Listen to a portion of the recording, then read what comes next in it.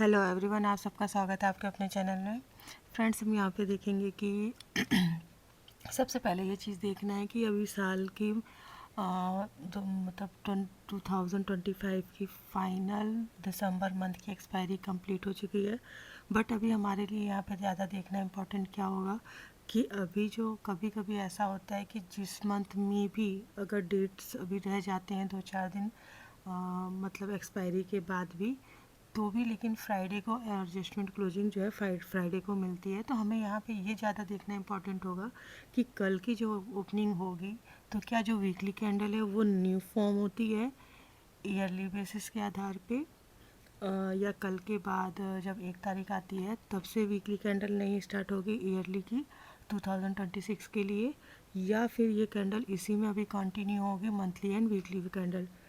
ये जो monthly weekly candle अभी हमारी इस मंथ की बन रही है, ये हमारे लिए ज़्यादा देखना इम्पोर्टेंट होगा कि ये जो आने वाले 2-3 ट्रेडिंग सेशन डेज बचे हुए हैं, इनमें मंथली और वीकली कैंडल क्या सेम ही अभी जो प्रीवियस में बन रही हैं उन्हीं में होगा, या न्यू कैंडल फॉर्म होगी।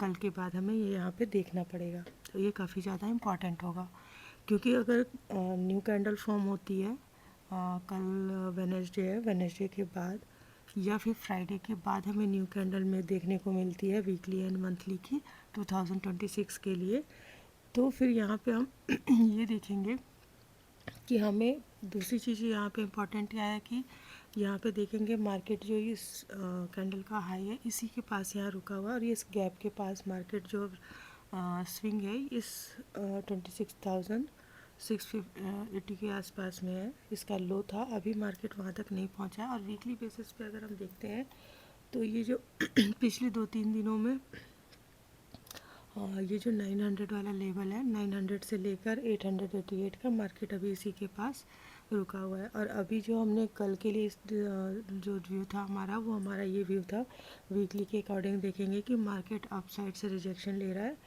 और जो है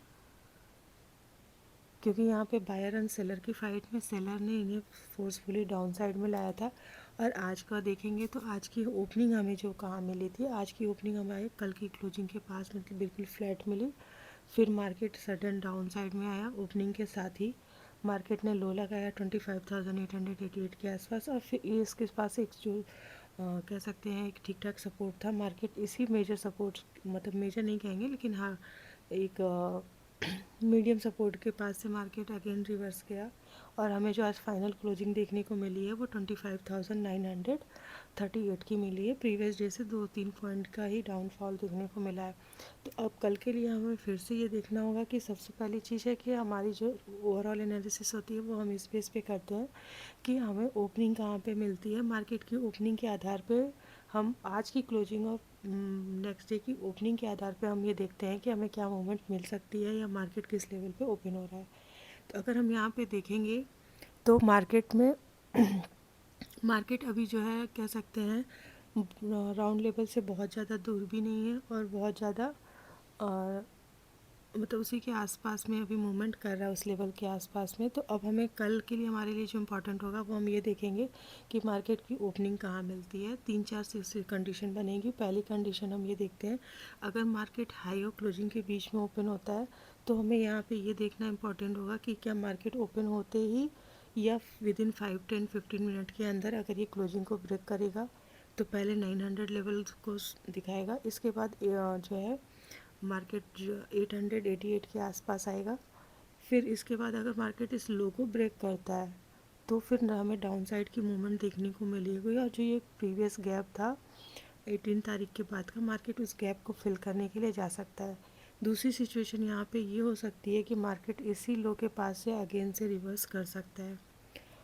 नेक्स्ट अगर यहाँ पे नेक्स्ट सिचुएशन अगर हम देखते हैं तो हमें नेक्स्ट सिचुएशन ये देखनी पड़ेगी कि क्या मार्केट अगर क्लोजिंग और लो के बीच में ओपन होता है, तो अगर ये क्लोजिंग और लो के बीच में ओपन होता है तो फिर यहाँ पे हमें क्लोजिंग इसके लिए रिजेक्शन का काम करेगी। अगर मार्केट इस लेवल को 35 से 50 वाले लेवल को नहीं निकालता है और इसे रिजेक्शन लेगा तो फिर एक डाउन मूवमेंट फिर से वही मिलेगी 900 और इस लो के बाद अगेन डाउन साइड में। और अगर मार्केट यहाँ से डाउन साइड में डाउनफॉल दिखाता है और 880 के पास से अगेन से यू टर्न लेता है तो ये अप साइड में जाएगा, पहले धीरे धीरे करते हुए ये 900 लेवल पे थोड़ा रुकेगा, फिर 900 लेवल को निकालता है तो ये 930 940 के लेवल को निकालेगा। अगर उसे भी निकालेगा तो फिर ये 60 वाले लेवल को निकालेगा और धीरे धीरे ये राउंड लेवल तक जा सकता है। फिर अगर राउंड लेवल पे विदाउट थोड़ा सा टाइम एक्सपेंड करेगा फिर ये आगे निकलेगा। जब अप साइड में जाएगा तो फिर हमें वही 26,000 30 से 40 वाले लेवल को देखना पड़ेगा। ये 33 44 या 55 60 के लेवल को ये हिट कर सकता है। अगेन फिर ये अगर अप साइड में निकलेगा तो ये 26,000 जो है 78 और 80 वाला एक यहाँ पे छोटा सा इसके लिए रिजेक्शन है, और इसको भी निकालता है तो 100 लेवल को दिखा सकता है। और अगर 100 लेवल को क्रॉस करता है तो फिर यहाँ पे एक शॉर्ट कवरिंग मूव पॉसिबल हो सकती है। 100% श्योर नहीं है, लेकिन आने को एक अगर यहाँ से निकालेगा इस लेवल को थोड़ा सा टाइम एक्सपेंड करने के बाद तो फिर ये अप साइड में जा सकता है। नेक्स्ट सिचुएशन यहाँ पे तीसरी सिचुएशन ये बन सकती है कि मार्केट काफ़ी बड़ा गैप अप खुल जाए। क्लोजिंग 38 के पास मिली है, 70 80 90 पॉइंट का अगर गैप अप मार्केट ओपन होगा तो फिर ये राउंड लेवल के आसपास आएगा। राउंड लेवल पे भी हमें दो चीज़ें देखनी पड़ेंगी कि ये राउंड लेवल को ब्रेक करके अप साइड में जाता है या फिर ये यहाँ से रिजेक्शन लेके डाउन साइड में आएगा।